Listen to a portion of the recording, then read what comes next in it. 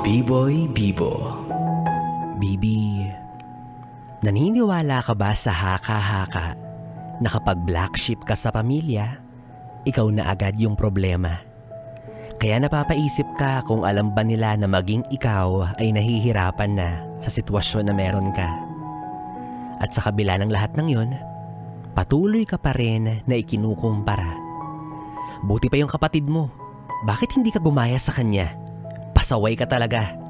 Paulit-ulit mo itong naririnig hanggang sa dumating yung panahon na ikaw mismo ay mababa na ang tingin sa sarili mo.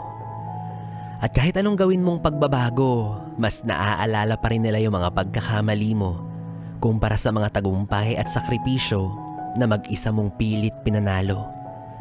At sa paglipas ng panahon, nasanay ka ng magtago ng emosyon. Kasi ikaw yung naging matigas, kasi sanay ka na sa ganyang sitwasyon.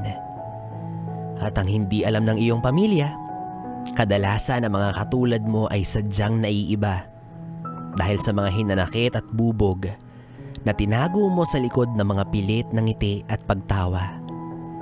Pero alam mo, hindi mo kailangang baguhin ang buong pagkatao mo para lang sa iyong pinapangarap na pagtanggap.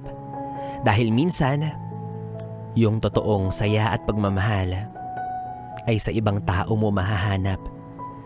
Pero gayon pa man, patuloy mo pa rin silang mahalin at pakitaan ng maganda.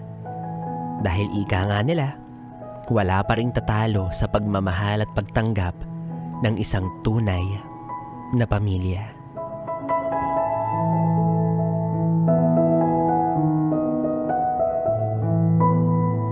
Ngunit kung patuloy pa rin silang naiirita sa iyong presensya, baka nga ikaw talaga yung problema kasi talipandas ka. Oh.